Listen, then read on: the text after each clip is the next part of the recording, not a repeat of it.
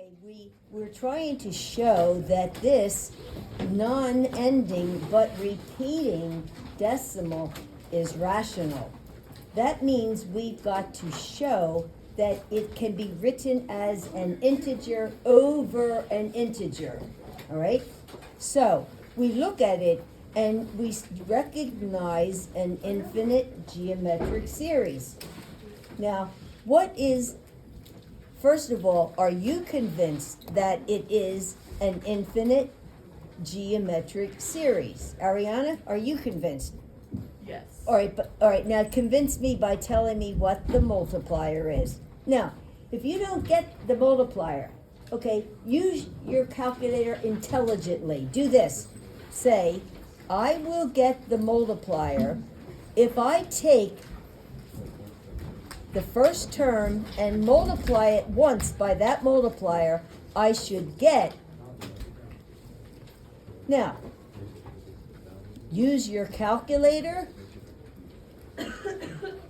and divide. What do you get for the multiplier? Allie?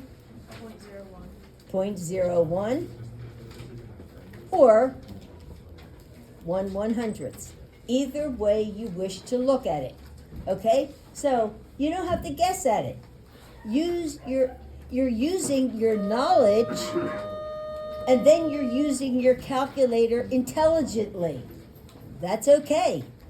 I just don't like it when you use your calculator like a moron. You don't want to do that. Okay, so now we're allowed to use that formula, which says take the first term and put it over 1 minus the multiplier. So I take my first term and I put it over 1 minus, and I'm going to write it as 1 over 100. Because I don't like to go to my calculator unless I have to. I'm going to multiply the top by 100 and the bottom by 100. When I multiply the 0.63 by 100, I get 63. 100 times 1 is 100, minus 1, so I get 63 over 99. There it is. You've just proven that this is a rational number. Now, you could reduce it and say, well, 3 goes into 6 twice. 21 over 33. It's still a ratio of 2 integers. You could say 7 over 11. Now, check it out. Just type in 7 divided by 11, and what do you get? Anna? 26, What'd I tell you? Do you see? Now I've got a good one for you. Write this down. Sum up this series. Well, first of all, it is clear that it is an infinite series. Now, you've got to convince me that it's an infinite geometric series. Got to convince me that it is or that it isn't. Just don't blindly go to the first term over 1 minus the ratio. Well, look for a ratio. Look for a common multiplier. 1/2 times what is 1 over 6? If I multiply both sides by 2, I get 1/3. Looks like the ratio might be 1/3. Let's see if it works. Then is 1/6 times 1/3 equal to the next term? No.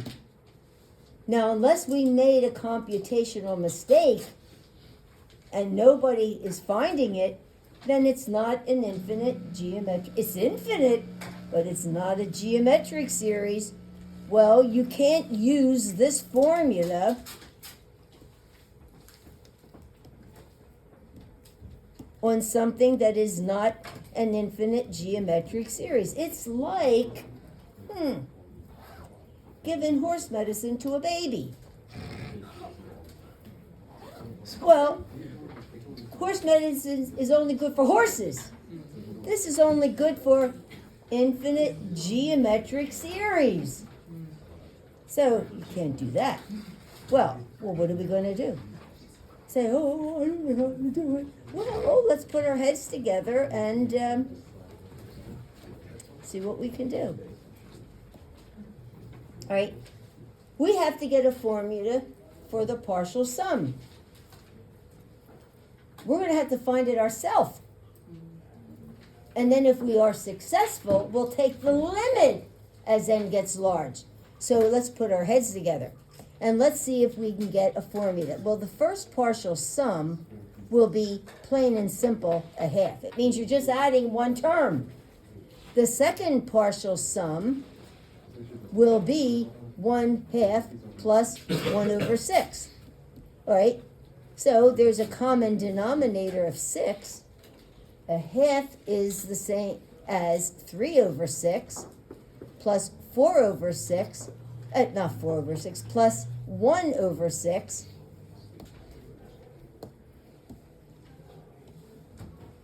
So I get 4/6. All right. Don't reduce it.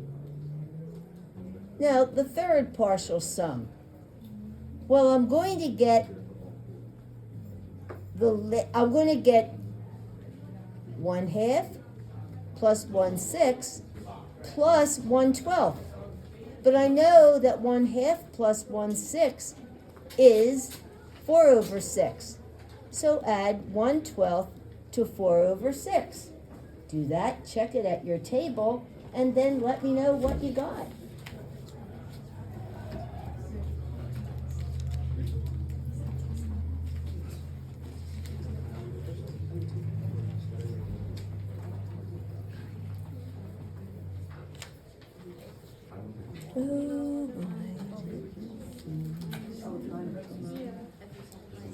Okay, what did you get? 9/12. Okay, now what I want you to do is now go back and move them all over to here. And but when they're over there, put them in reduced to lowest terms. So I have 1/2. Now, 4/6 reduced to lowest terms is 2/3.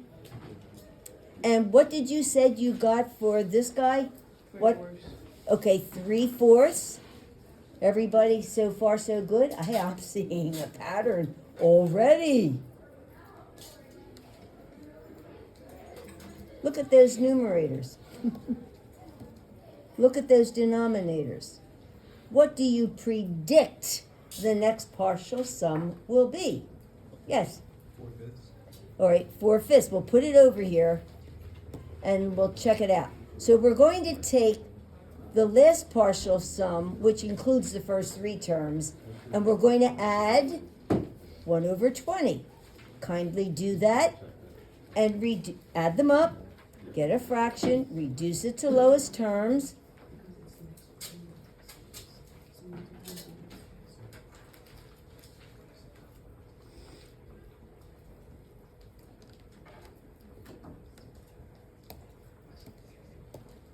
And before you reduce it to lowest terms, what did you get? 16/20. 16/20.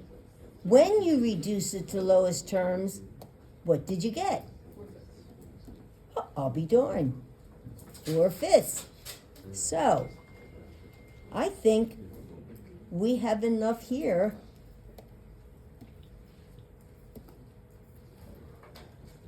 Can we be so bold as to say, all right, in terms of n, what is that partial sum?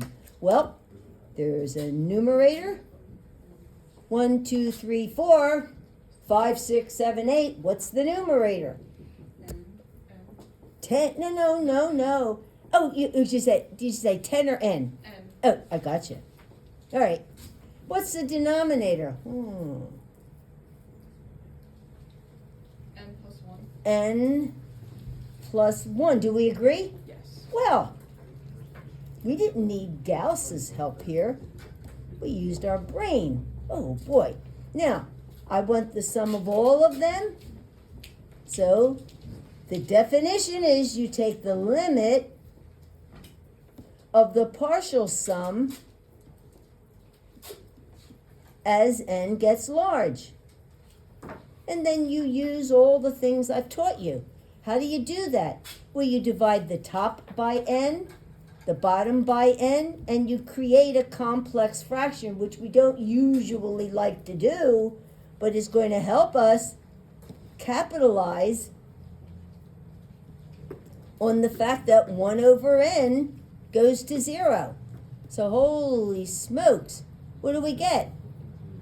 1 over 1 plus 0. The sum is 1. Now, isn't that something?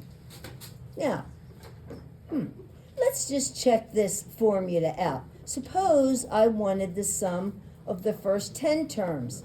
Then it should be 10 over 11. Period. Okay. Now, you can pat yourself on the back. You just did a real math problem. All right. So be careful. In a test, if I throw you an infinite series and it's not geometric, don't be giving horse medicine to a baby. Okay, number 18. Why horses? What? Why horses? Well, then, what do you want? Snake medicine to a baby?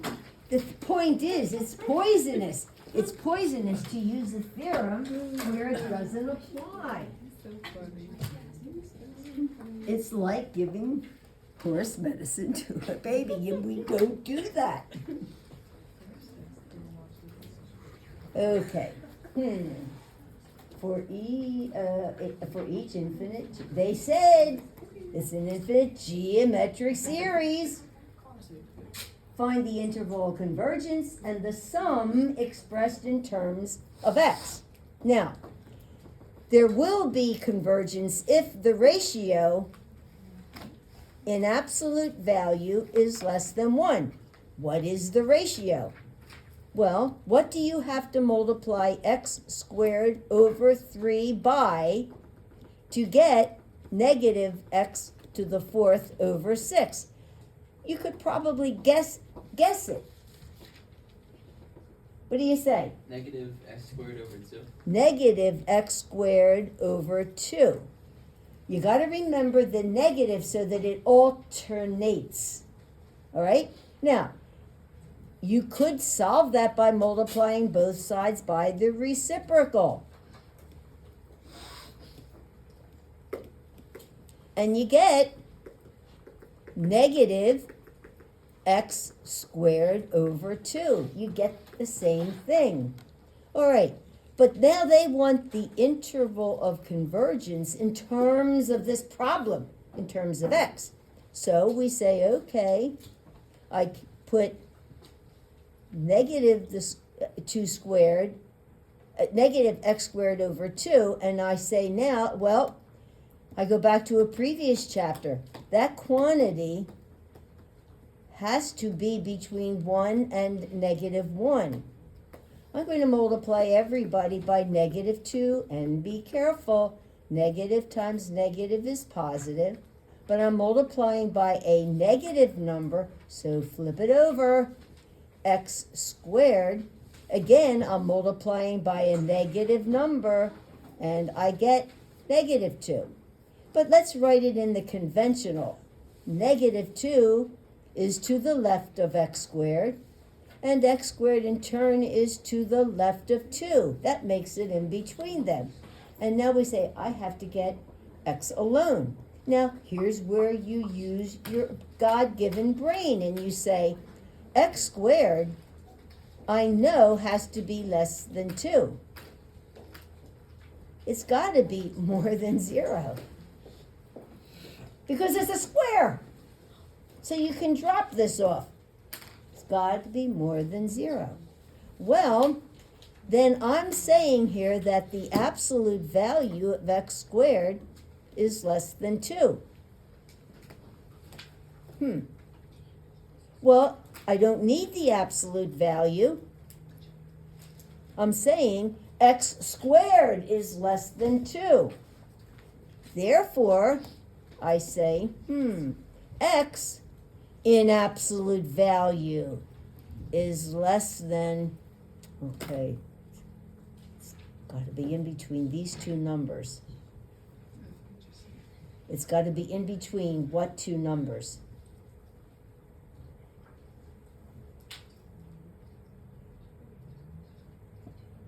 Positive and negative root 2. Right. Square root of 2. So from here we say x has got to be in between negative the square root of 2 and positive the square root of 2. Okay, because you're saying I would solve this equation as x equals plus or minus the square root of 2, but it's not an equation. So I remind you, you got to go back to what you previously learned. Oh, I'm thinking of between two numbers. Between the opposite of the square root of 2 and the positive. That is your interval of convergence. You got it? Now the next thing is, well, now find the sum in terms of x. Well, let's see. Now that interval of convergence, is that saying that x, the multiplier, in absolute value is less than 1? Well, is that saying that it's less than 1? Well, if it is less than the square root of 2, it's certainly less than 1. Do you follow? Because look, here's negative the square root of 2, here's positive the square root of 2. Here's 0, here's 1, there's negative 1, and there's positive 1. Well, the square root of 2 is in between, isn't it? Isn't the square root of 2 in between 1 and negative 1, isn't it? Sister, the square root of 2 would be greater than. That's 1.4. Oh, shut my mouth. Okay, well, then that puts a kibosh on that. Okay, let me. Okay, well, no wonder you're looking at me like I'm crazy. Well, I'm so glad you're thinking, you know. Oh, I've got a crazy teacher. No, how are we going to do this? No, I'm asking the question wrong. We're saying we said the R has to be less than 1 in absolute value. We plugged in that value and we solved for x. Okay. Now, x is between negative the square root of 2 and 2. If x is, then that makes the ratio between 1 and negative 1. I was asking the question incorrectly. Lori, do you get the difference? Yeah. Okay? Because I said, this is the condition. And I found that if this is the case, we get this solution. All right? Nobody said that x has to be between 1 and negative 1. The multiplier has to be between 1 and negative 1. And x is not the multiplier. There's your multiplier. That's the thing that has to be between 1 and negative 1. Grace, does that make sense? No. All right, look. They gave us an infinite geometric series. And we're going to use this formula for finding the sum. Namely, take the first term and divide it by 1 minus the ratio. But we have to find that ratio. We have to find it. We start with this statement. Whatever the ratio is, it has to, in absolute value, be less than 1. We found the ratio, so it, in absolute value, has to be less than 1. So, therefore, x, we work this through, and we get down to here. And we find that x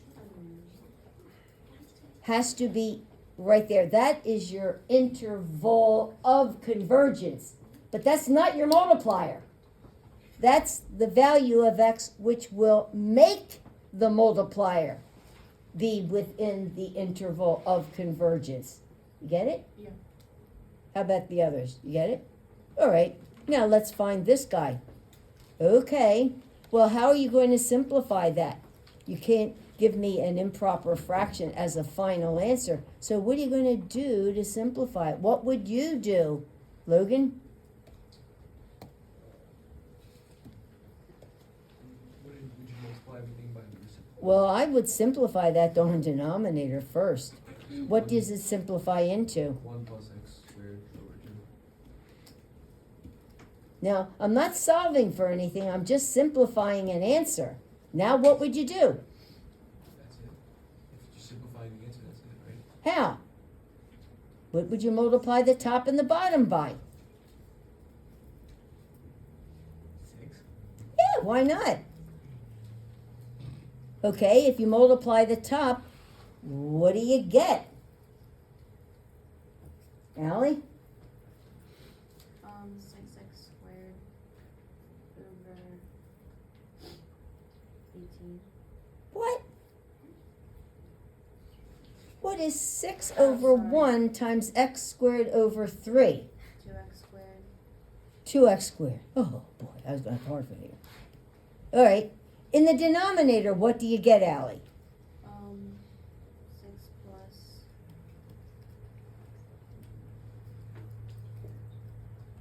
What is 6 over 1 times x squared over 2? 3x squared. That's 3x squared. All right, that's good enough. It's simplified. You got it? Okay. What number 20? Show that this series, well, copy down the series accurately. Show that this series converges to the sine squared of x, provided x is between negative 45 and positive 45 degrees.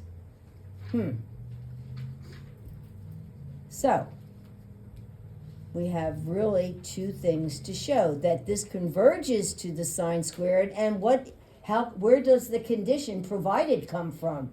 Well, let's start doing what we think we know to do. Okay, it's an infinite geometric series. The man in the book said. So what is the multiplier? Now, look at that. Check it with your table. What are you multiplying by?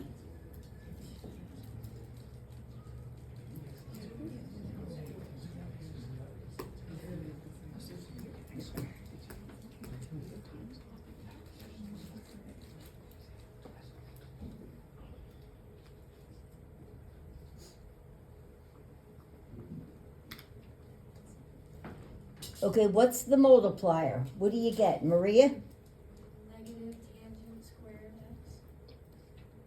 Do we all agree with that?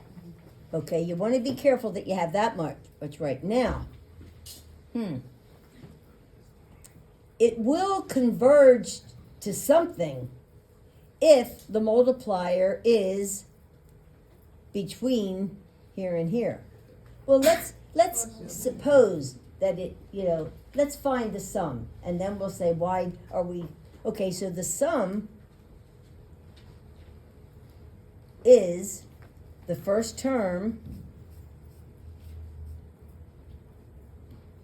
over 1 minus the multiplier.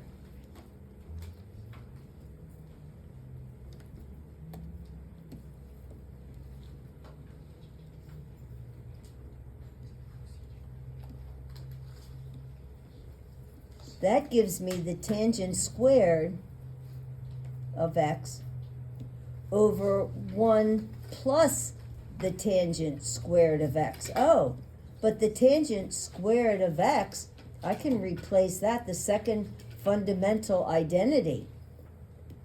Tangent squared plus 1 can be replaced with, Brian, the secant squared of x. And I can simplify that. The tangent squared divided by the secant squared is the same as multiplied by the reciprocal function. What's the reciprocal function of the secant squared, Ryan? Cosine squared. All right.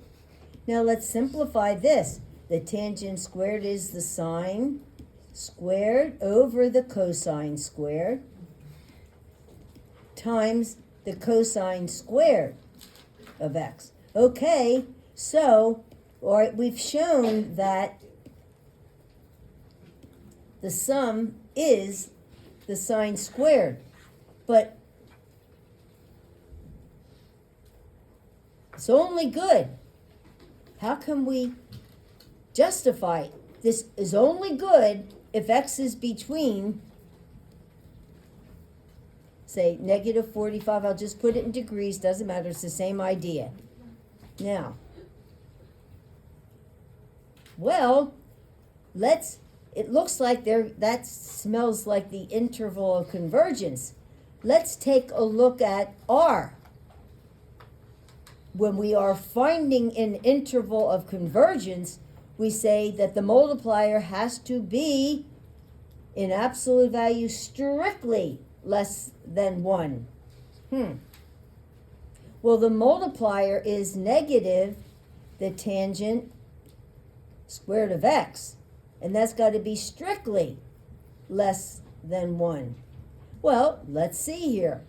Well, if negative the tangent squared has to be less than 1, isn't that the same as saying the tangent squared of x has to be less than 1? Because when you take the absolute value, or let's do it this way. When you take the absolute value, don't you get a positive tangent squared? Don't you? Okay, well, then we're going to say the tangent squared then has to be in absolute value less than 1, right? So that means that, now look at this. If you're solving an equation, the tangent squared of x is equal to 1, you would say the tangent of x would have to be plus or minus 1. Well, if it's got to be less than 1, then we're going to say the tangent of x has to be between 1 and negative 1, and isn't that the same as saying? Isn't that the same? Okay, well, Oh, that means that the tangent of x can't be more than 1, but it has to be more than negative 1. So now let's think.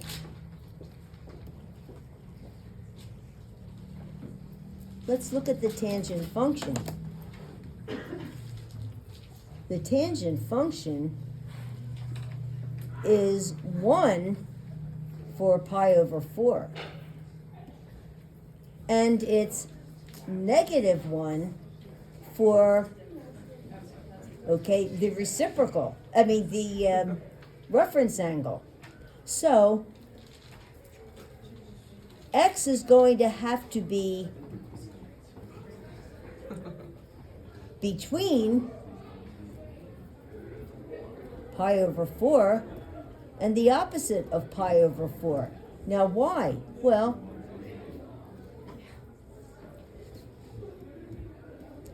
all here the tangent is less than 1. Down here, the tangent, up here it's positive, down here it's negative. Up here I can go all the way up to 1, but no further because of this. I can go all the way down to negative 1, but no further. So that's a positive 45. This is a negative 45. Okay, that's why the condition, this will add up to a sum of sine squared over 2, but only if x is known to be between. Now that's a good problem. It's a pre-cal level problem. It means you gotta think about it outside of class. You gotta think about it. You follow? Is there anything that you don't understand? You say, well, I couldn't do it, but well, you're gonna study it.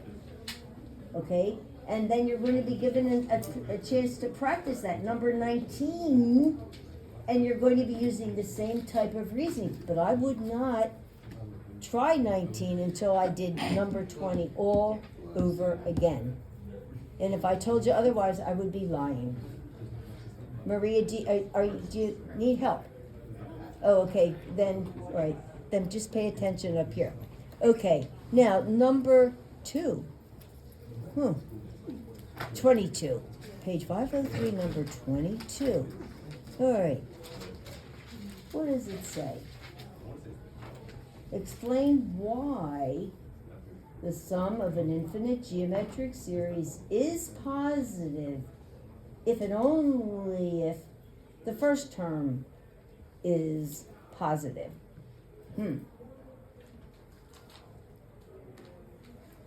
Explain why the sum of an infinite geometric series is positive if and only if the first term is positive. Well, let's take a look at the formula for sum. It is the first term over 1 minus the multiplier. Now, I want that to be positive.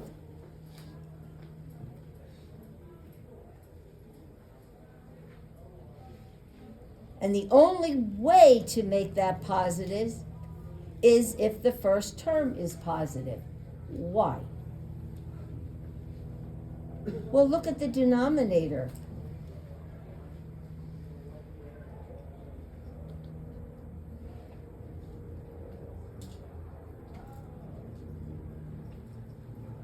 I claim that the denominator has to be positive. Why? Why? Yes? The R always has to be less than 1. The multiplier has to be less than 1. So that means that the denominator is always positive. Well then if the sum is going to be positive, the numerator better be positive as well. Good insight, Lori. You get it? You're a thinker. All right. 26.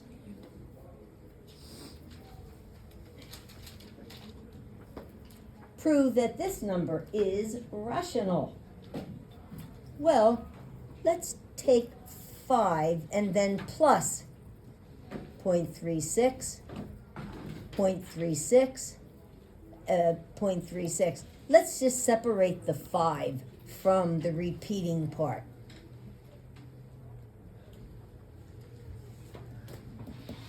And then just leave 5 all by itself.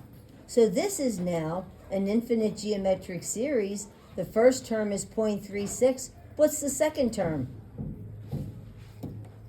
Yes? 0.0036. Good. And the next term? 0.000036. You got it. And so on.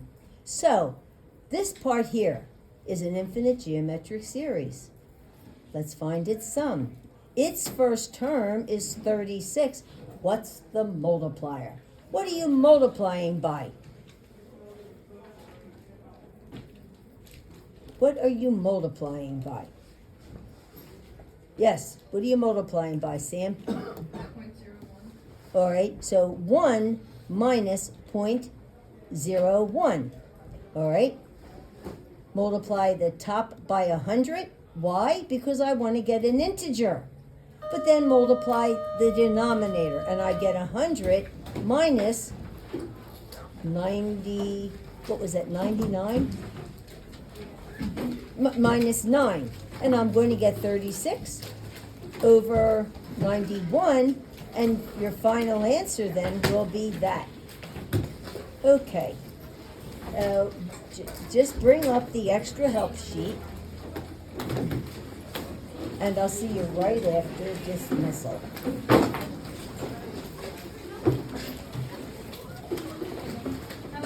Thank you.